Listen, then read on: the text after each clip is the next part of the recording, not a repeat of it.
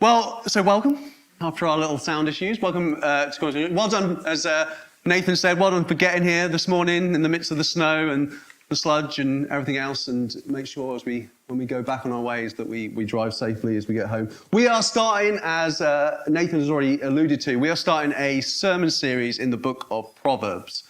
It's quite exciting. It's going to be an interesting one as we dive into the book of Proverbs. Now, the book of Proverbs is an interesting book because unlike other books in the Bible, which is maybe either narrative or prophecy, Proverbs sits in its kind of own section, this section of wisdom.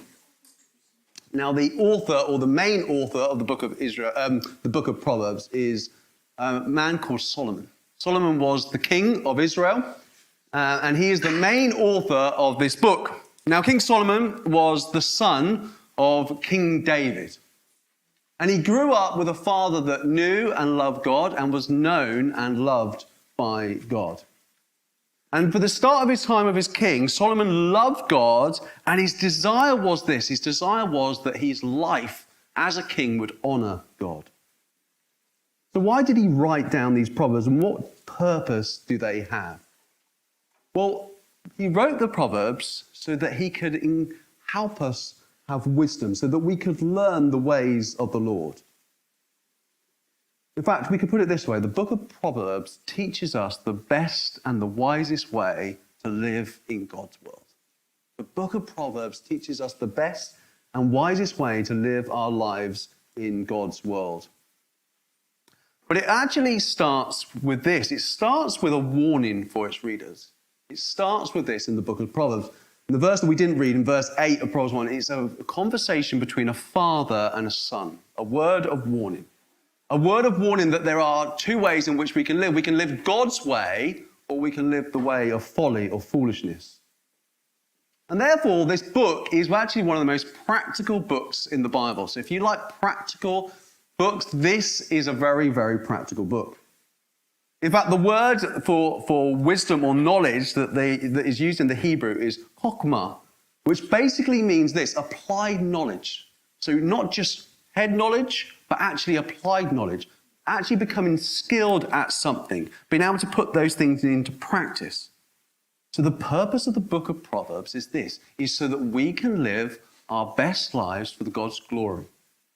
We can live wise and godly lives in God's world. So why wisdom? Why did Solomon write so many proverbs about wisdom? Well, I want us to go back in time, and I want us to go back to another book of the Bible. It'll be up on the screen behind me. We're going to go to 1 Kings chapter 3. Solomon has recently become king of Israel, and we find out this in 1 Kings 3, verse 3. It says this: Solomon loved the Lord, walking in the statutes of David his father. Only he sacrificed and made offerings at high places. And the king went to Gibeon to sacrifice there, for that was the great high place. And Solomon used to offer 1,000 burnt offerings on the altar. And at Gibeon the Lord appeared to Solomon in a dream by night.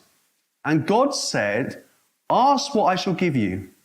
And Solomon said, "You have shown great and steadfast love to your servant David, my father, because he walked before you in faithfulness, in righteousness, and in uprightness of heart towards you. And you have kept for him this great and steadfast love, and have given him a son to sit on his throne this day. And now, O Lord, my God, you have made your servant king in place of David, my father. Although I am but a little child, I do not know how to go out or come in. And your servant is in the midst of your people, whom you have chosen, a great people, too many to be numbered or counted for multitude. Give your servant, therefore, an understanding mind to govern your people, that I may discern between good and evil, for who is able to govern this, your great people?" And it pleased the Lord that Solomon had asked this.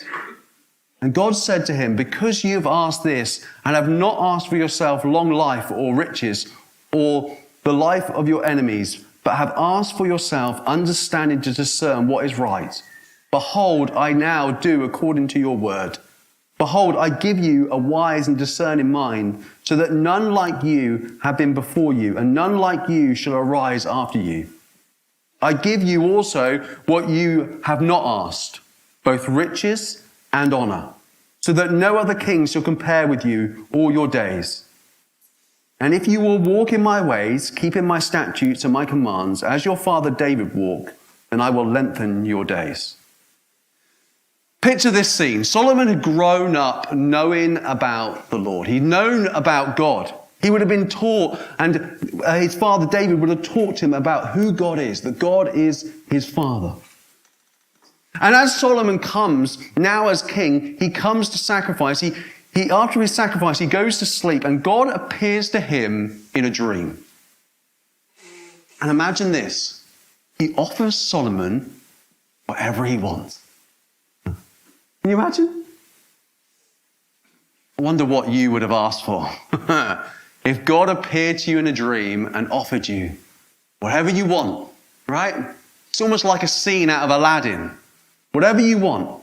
Now, God knows our hearts. He's all-knowing. So if you're wondering why God's never done that and appeared to you in the dream, it's maybe because God knows that you won't do what Solomon did and ask for wisdom. It might be because God knows that you are probably going to be a little bit selfish in what you're going to ask for. But Solomon, as he starts out his rule and reign as a king, he realizes this. He looks at his kingdom and he looks at his people and he realizes, I can't do this. I am not capable of ruling these people without God's help. He realizes humbly that without God, he is unable to be able to govern and rule the people that God has given him. Solomon feels overwhelmed by the task of becoming king. He feels overwhelmed by the challenge of leading God's people. Now, in the midst of all of that, of feeling overwhelmed, he doesn't ask for his life to be extended. He doesn't ask for riches. He doesn't ask for his enemies to be defeated. He asks God, God, give me wisdom and understanding to govern your people well. Lord, give me the ability to be able to see good and evil so that I can glorify you and love the people that you have so graciously put me in charge of. And God, in his grace, responds to Solomon's humble heart. And he gives him this incredible gift of wisdom. And throughout his life, in fact, we just have to turn the page in our Bibles, we see that Solomon then starts to write down the wisdom that he learns from God. He starts to write them down, many of which is what we're going to be looking at over these coming weeks through the book of Proverbs. Think about it like this. Little practical ways to live in God's world. In fact, 70% of the book is these little proverbs giving us this little insight on how we can live and why we should live like that. But the book doesn't start and end like that. In fact, it starts, as we said, with this conversation between a father and son. In Proverbs 1 verse 8, it says this, "Hear, my son, your father's instruction, and forsake not your mother's teaching." It starts with a word of warning. And it's a word of warning that we are meant to hear this morning. We need to hear the words of Solomon. Because they're the words of God. They're the words of God, a heavenly Father speaking to his children. So this is going to be our first big idea we're going to look at this morning as we listen and think about this fatherly warning. In Proverbs 1 verse 7, it says this, "The fear of the Lord is the beginning of knowledge. Fools despise wisdom and instruction." What does it mean? Nathan's already started to allude to it, but what does it actually mean to fear God? At the heart of Proverbs, at the very beginning of Proverbs, is this idea of the fear of the Lord. In fact, Solomon tells us that the fear of the Lord is the beginning of knowledge. It's the beginning of wisdom. Or to put it another way, if we want to be able to live in God's world well, if we want to live lives that glorify him, then we need to fear the Lord. So let's start with the obvious question. Surely, fear is a bad thing, right? Not a good thing. So What do we mean by fear? Well, firstly, this is what fear is not. Fear of the Lord is not anxiety. In John 4, verse 17 to 18, it says this, "By this is love perfected with us, so that we may have confidence on the day of judgment. Because as he is, so also are we in this world. There is no fear in love, but perfect love casts out fear. For fear has to do with punishment, and whoever fears has not been perfected in love." We're clearly, as we read the book of 1 John, we're clearly not meant to fear God in a way that brings anxiety or stress. The word fear here clearly doesn't mean living in an anxious way when we think about who God is. When I was a kid, I grew up fearing God in that kind of way. I would often feel anxious about my relationship with God. I would often, as a teenager, worry about, am I actually a Christian? I was worried that somehow that my family would be saved, but I wouldn't be. But the fear of the Lord doesn't mean being in this state of anxiety or stress. In fact, in multiple places in the Bible, we have actually the fear and delight in the very same sentence. In fact, the fear of the Lord should bring delight in God. In Isaiah 11, verses 1 to 3, it says this.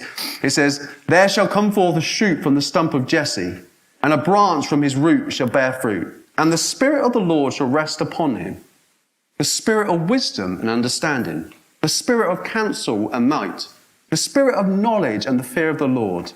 And then read this, verse 3, "And his delight shall be in the fear of the Lord. He shall not judge by what his eyes see, or decide disputes by what his ears hear." Isaiah 11 is talking about the promised Messiah. Isaiah 11 is talking about Jesus, the one that was going to come, the one that was going to be wiser than Solomon, the one who was going to be spirit-filled. Do you see that? And it talks about this delight that Jesus would have in what? In fearing the Lord. There's a couple of things I want us to notice when it comes to the fear of the Lord from Isaiah 11. First of all is that wisdom is not man-made wisdom. Okay? It's not man-made wisdom. It's spirit-filled wisdom. We see the Spirit mentioned time and time again. You see the Holy Spirit. It is God who brings true wisdom. So wisdom then is not therefore your latest self-help book, however helpful that might be. But secondly, the Spirit does something else. The Spirit works in bringing us delight in fearing God. We see that Jesus, this promised one, this Messiah, this branch from Jesse, will delight in fearing the Lord. Therefore, think about it like this. Wisdom in its very essence is both God-given, but wisdom in its very essence is fearing the Lord. So how can fearing the Lord actually lead us to delight? Well, let's have a look and see what fear of the Lord really means. Well, the fear of the Lord is this awe, humility, and ultimately wisdom. A number of years ago, Esther and I went to Canada, but we also went to America. We went to the Grand Canyon. Now, at the Grand Canyon, interestingly, the interesting thing about the Grand Canyon is when you go out to see it, you see it from the top down, not from the bottom up. Okay? I would imagine if you're at the bottom of the canyon, it's quite a different experience than looking down into the canyon. Now, if you stand there on the edge safely, it is the most incredible sight. The canyons are huge. It feels like they have no end. The scale and size and beauty and majesty of the landscape is just awe-inspiring. And it makes you, as you look out, it makes you feel quite small. But as I stood there, I also realized that if I tried to jump off the edge of the canyon, I was going to likely die, right? If I stepped over the edge, it wasn't going to be good. There was a danger about the canyon. In fact, there were lots of warning signs. If you go there, there's lots of warning signs about not getting too close to the edge. For all of its beauty and all of its majesty and splendor of the Grand Canyon, there's a reality that people didn't respect it. Those signs were there for a reason. In fact, if people didn't respect it, they would receive the natural consequences of their foolishness. What was crazy is actually people had not respected it. Numerous people had fallen, and many, sadly, to their death at the Grand Canyon. You see, if you have reverence and respect for the Grand Canyon, you can enjoy it without any real anxiety. We were in no danger as we looked out on the canyon. In fact, we actually amazingly had the opportunity to do a helicopter ride over it. And at no point, even on the helicopter ride, did I feel like I was going to die. Yes, I was in awe. Did I have a respect for the canyon and its drops? Of course. And ultimately, as I looked out and saw the wonder and the beauty of the Grand Canyon, ultimately, it pointed me to the one who created it. It pointed me to the one, as I marveled at this incredible wonder, it made me marvel at the one who created it all. And as we look out at the Grand Canyon, you think about that, it can be whatever you look out at in God's creation. It's a little bit like fearing God. We are in total awe and amazed by what it is and how big it is. But having the reality and the humility to realize that we are not God. You see, as we think about God, we have to realize we are not God. We are merely human beings. That He is perfect, He is holy, He is different from us. As we think and we wonder at who God is, the fear of the Lord is actually putting God in His rightful place. Not just saying, God, you're in charge, but actually believing that. John Piper, a pastor and author, put it like this: there is a terror when outside of Christ and a different kind of trembling when in Christ. For those who ignored the signs at the Grand Canyon, for those who thought they could make it to the bottom by themselves, for those who didn't respect the edge of the canyon, there is a real terror and real consequences. Even if they didn't realize their own foolishness. If you are in Christ this morning, you do not need to fear God's anger and wrath. Jesus has taken it for you. To fear the Lord is to realize that He is in control of this whole world. To fear the Lord is to trust Him no matter the circumstances of our lives. To fear the Lord is to realize we cannot save ourselves, but we need Him to save us. To fear the Lord means we live for Him and not for ourselves. So no wonder then that it's at the very heart of wisdom. No wonder then it's at this very heart of this fatherly advice for His Son. And then no wonder as we stand in awe of who God is, then we start to realize that truly is what fearing Him really means. So how does fearing God actually impact our lives? We said Proverbs was a practical book, right? Well, secondly, fearing God means hating evil and loving good. In Proverbs 8, verses 12 to 13, that Lorna read to us, it says this: I, wisdom, dwell with prudence, and I find knowledge and discretion. The fear of the Lord is hatred of evil, pride and arrogance and the way of evil, and perverted speech I hate. In this proverb, we see that wisdom is dwelling with prudence. What is prudence? Interesting word, isn't it, in the English language? Essentially, at the very essence of prudence is this idea of discernment, of good judgment. It's the essence of thinking and making wise decisions in life. When I was about 18 years old, maybe I was just a bit younger, because I just passed my driving test when I was 17, I had persuaded my mum that I could use her car now to drive to college. I was like, I don't need to catch the bus anymore, Mum. I can drive the car to college. And that was just going to be the best day ever. And on one of those occasions, I was really excited about the fact that because I was one of the first in my class to pass, I could take my mates out in my mum's white Renault Clio, which Wasn't the coolest car, but I was cool because I could drive. And on one of those trips, on one of the lunch breaks, I was driving my mates around, and one of my mates came up with the idea that there was an empty car park over there, and that we should go in the empty car park and we should practice some handbrake turns. Now, for those of you who don't understand what a handbrake turn is, particularly if you've got a modern car that does it for you, a handbrake turn is the very idea of this, is that you drive at some speed, you pull your handbrake up and turn your steering wheel. And the essence is it makes your wheels spin in your car and it makes everybody in the car scream. That's essentially the essence of the idea. Anyway, so we went into this car park and I started performing some handbrake turns and it was brilliant. It had the result, the wheels span, right? And it had the result of making the very manly boys in my car scream. But it so happened on that day that as we were messing around in this car park, that suddenly this guy came up to my window and knocked on my window. I undid my window. Yeah, windows like this, not like that. Right, undid my window, and a man stood there, and he informed me that he was a police officer. He was an off-duty police officer, and he'd seen me in the car park, and he ripped into me. I mean, literally ripped into me, and gave me a rather long lecture.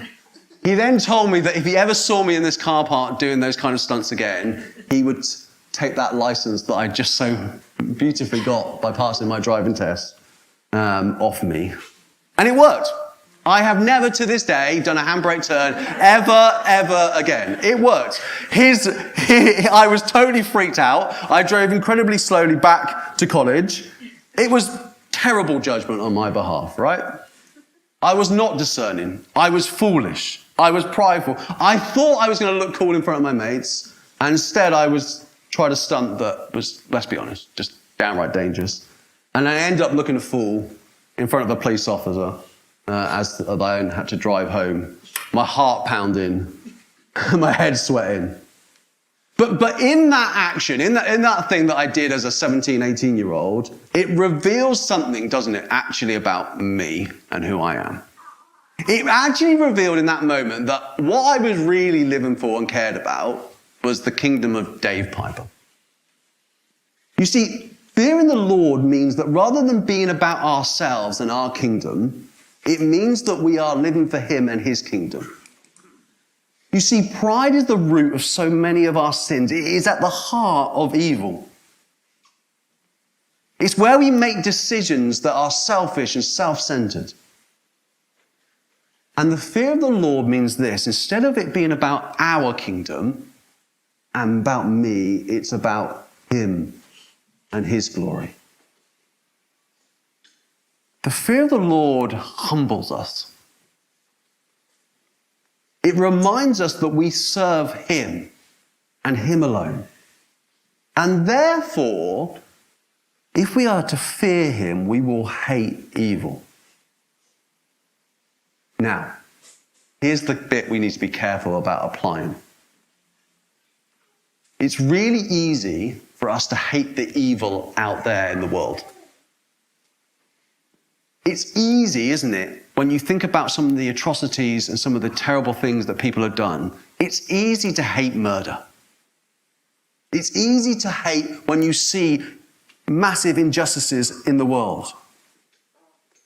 But let's be clear. Most people hate murder.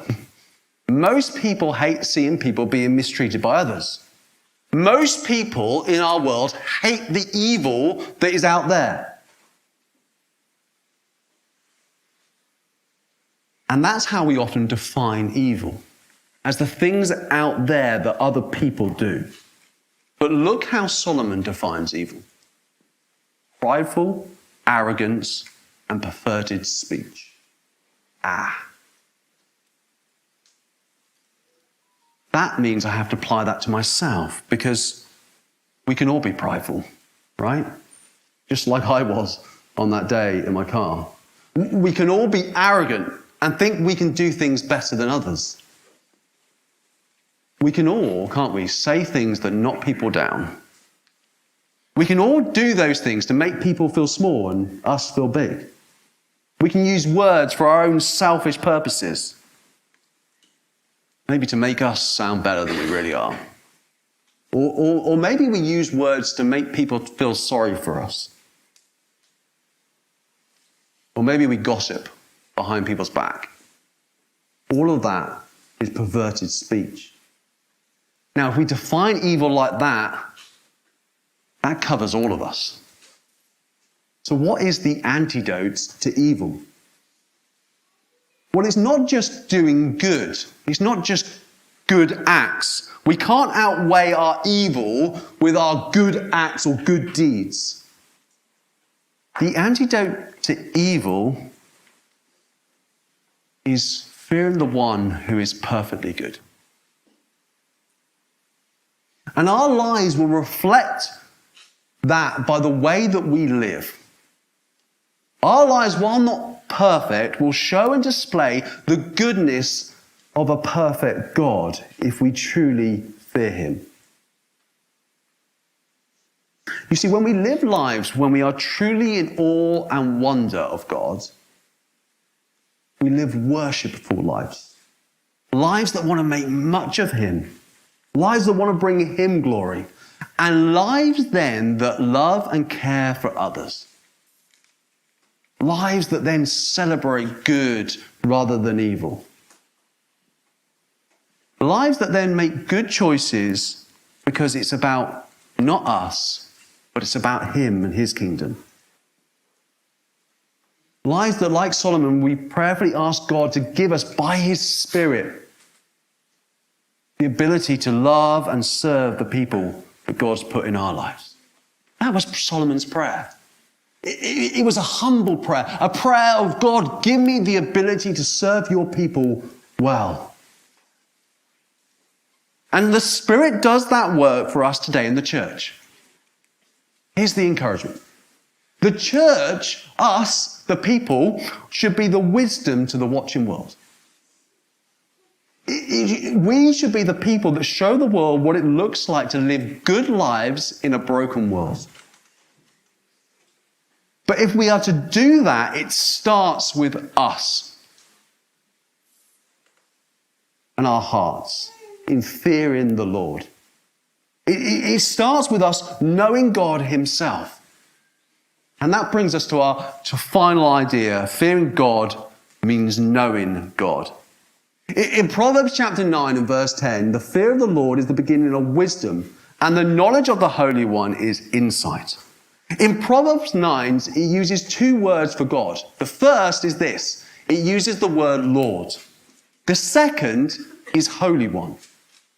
To fear God, we must understand this, that we are not God. We are separate from him. He is holy. He is Lord.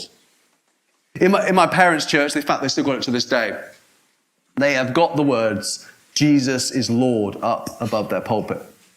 And I grew up wondering why they had those words, why they chose those words, Jesus is Lord.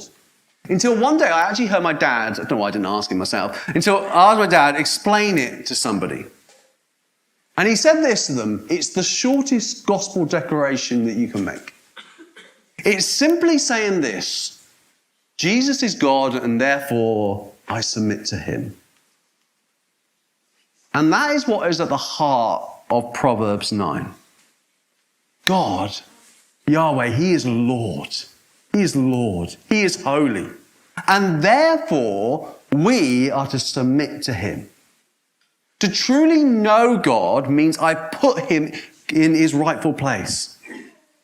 And therefore, I submit to him. In Philippians 2, verses 12 to 13, it says this, therefore, my beloved, this is Paul writing to the church in Philippi, as you have always obeyed, so now, not only as in my presence, but much more in my absence, work out your own salvation with fear and trembling, for it is God who works in you, both to will and to work for his good pleasure. You see, Paul takes this theme of fear in the very essence of our actual salvation. Now, if you're a Christian here this morning, then at the very heart of your salvation was the realization of this. Jesus is Lord. It is the realization that we as sinners are not in charge of our lives. We are not the ones, but he is the one that is Lord. So when Paul encourages the church in Philippi to work out their salvation in fear and trembling, he isn't encouraging them. You read the rest of the book, you'll realize this. He isn't encouraging them to be an anxious church. He isn't saying, now, what you need to do is just every day worry, am I actually a Christian? Am I actually a Christian? No, that's not what he's saying. He is telling them this. He's telling them to remember who God is and what God has done. So as we think about our salvation, we should realize that without Christ, we'd be lost for eternity. Without him, we'd never be able to know God. Think about it like this, right? Maybe some of you have done this. Think about a skydiver. A skydiver realizes that they are fully dependent upon what? Their parachute. They only live because the parachute works, right? We as Christians are only saved not because of what we've done, but because of what Christ has done. And therefore, we submit to him, we trust him. We are in awe and trembling when we realize what we would be without Christ. We are in awe and trembling when we realize without Jesus, I would be lost for eternity. And what does Paul say when we do that? He says, we know that when we trust him, we know that God will work in us. That he will make us more and more like Christ by his Spirit. In Proverbs 9, it tells us the fear of the Lord will lead us to insight of the Holy One. God already knows us inside out. He knows us more than we can even ever know ourselves. He made us. He sustains us. He is all-knowing. But as we fear the Lord, as we get to know him more and more, as we pick up this book and we find out more and more about him, as we get to know him more deeply, we will live lives that will reflect him. We will live lives that will show somewhat of what he is like in the world that he has created. And as we get to know him more deeply, we'll find that we'll love him more and more. At the heart of Proverbs is how we can live in God's world. How we can live well in God's world. And this is it. We can only live well in God's world if we truly know him. You guys know I love a C.S. Lewis quote, and you know I love Narnia. And in Lion and the Witch and the Wardrobe, before the children have actually met Aslan, we have this conversation between Susan and Mr. Beaver. And it says this, this is Mr. Beaver speaking, Aslan is a lion, the great lion. Ooh, says Susan, I thought he was a man. Is he quite safe? I shall feel rather nervous about meeting a lion. Safe, said Mr. Beaver. Who said anything about safe? Of course he isn't safe, but he is good. He's the king, I tell you. It's this wonderful summary that Mr. Beaver makes of understanding what Aslan is like. You see, Susan can see as she hears about Aslan that there's going to be something majestic about a lion, especially a great lion. But she also has this anxiety, this nervousness about him. Why? Because she doesn't yet know him. You see, as Mr. Beaver says, Aslan isn't safe. He's powerful and majestic. But when the children come to know Aslan, this powerful and majestic lion, they will run to him and hug him with no terror of being hurt. Why? Because they know, as they get to know him, what? That he is good, he is king, and he loves them. Do they remain in awe and wonder and humility? Of course. How could they not? You see, Susan's fear of Aslan changes. She starts off being scared of the idea of him being powerful, that he might hurt her. But then she comes to realize she needs something that is powerful and loving to save her. You see, the fear of the Lord is this. It's realizing that God is great, that he is holy. But it's also realizing this, that he loves us. And without him, we're not able to be saved. Only through him. As we start our journey into Proverbs, a journey into wisdom, let us start in the only place that we can begin. And that is in fearing the Lord. And as Mr. Beaver says, why? Because he is good and he is our King.